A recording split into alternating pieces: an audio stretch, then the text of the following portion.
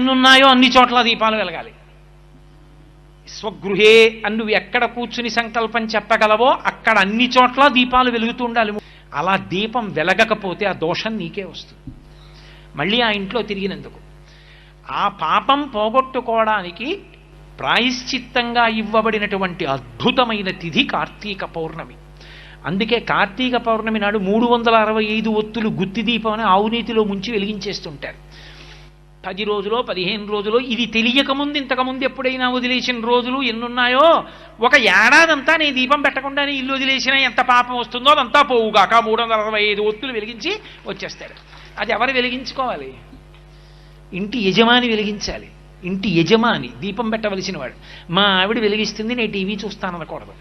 యజమాని పంచె కట్టుకుని వెళ్ళి దేవాలయంలో దీపం పెట్టాలి. యజమాని ఇంట్లో దీపం పెట్టి సమస్త భూతములకు ఉపకారం చెప్పాలి. ధర్మపత్ని సమేతస్య అని సంకల్పం ఉంది.